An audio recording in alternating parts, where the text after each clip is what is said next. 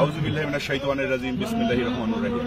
আমরা প্রথমেই ধন্যবাদ জ্ঞাপন করছি বাংলাদেশের সমস্ত চর এবং চরজীবী মানুষের জীবন উন্নয়নের জন্য কুড়িগ্রাম জেলার থেকে যারা এই আন্দোলনটাকে বেগবান করেছেন, প্রধান সমন্বয়ক জনাব শফিকুল ইসলাম বেবু স্যার সহ কুড়িগ্রাম জেলার নেতৃবৃন্দ যারা কুড়িগ্রামের এই মানুষের জীবনযাত্রার মান উন্নয়নের জন্য আন্দোলন করেছেন, সেজন্য আমরা চরবাসীর পক্ষ থেকে প্রথমেই তাদেরকে জানাচ্ছি আন্তরিক শুভেচ্ছা এবং ধন্যবাদ।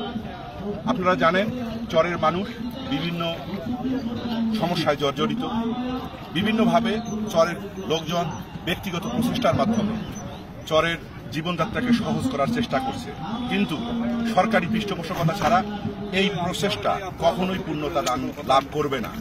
যদি এই সমস্যাগুলো সমাধান করতে হয় তাহলে একটি সুষ্ঠু পরিকল্পনা এবং সুষ্ঠু ব্যবস্থাপনার প্রয়োজন। আর এই সুষ্ঠু ব্যবস্থাপনার জন্য দরকার হলো একটি মন্ত্রণালয়।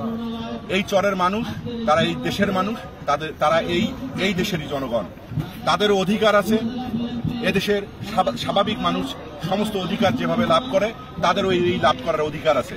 তাদের এই সমস্যাগুলো সমাধানের জন্য আমরা জোরালোভাবে সরকারের দৃষ্টি আকর্ষণ করছি যেন একটি চর ব্যবস্থাপনার মাধ্যমে, একটি মন্ত্রণালয়ের মাধ্যমে চরের মানুষের সমস্ত সমস্যার সমাধানের একটি সুস্থ পরিকল্পনা গ্রহণ করা হয়।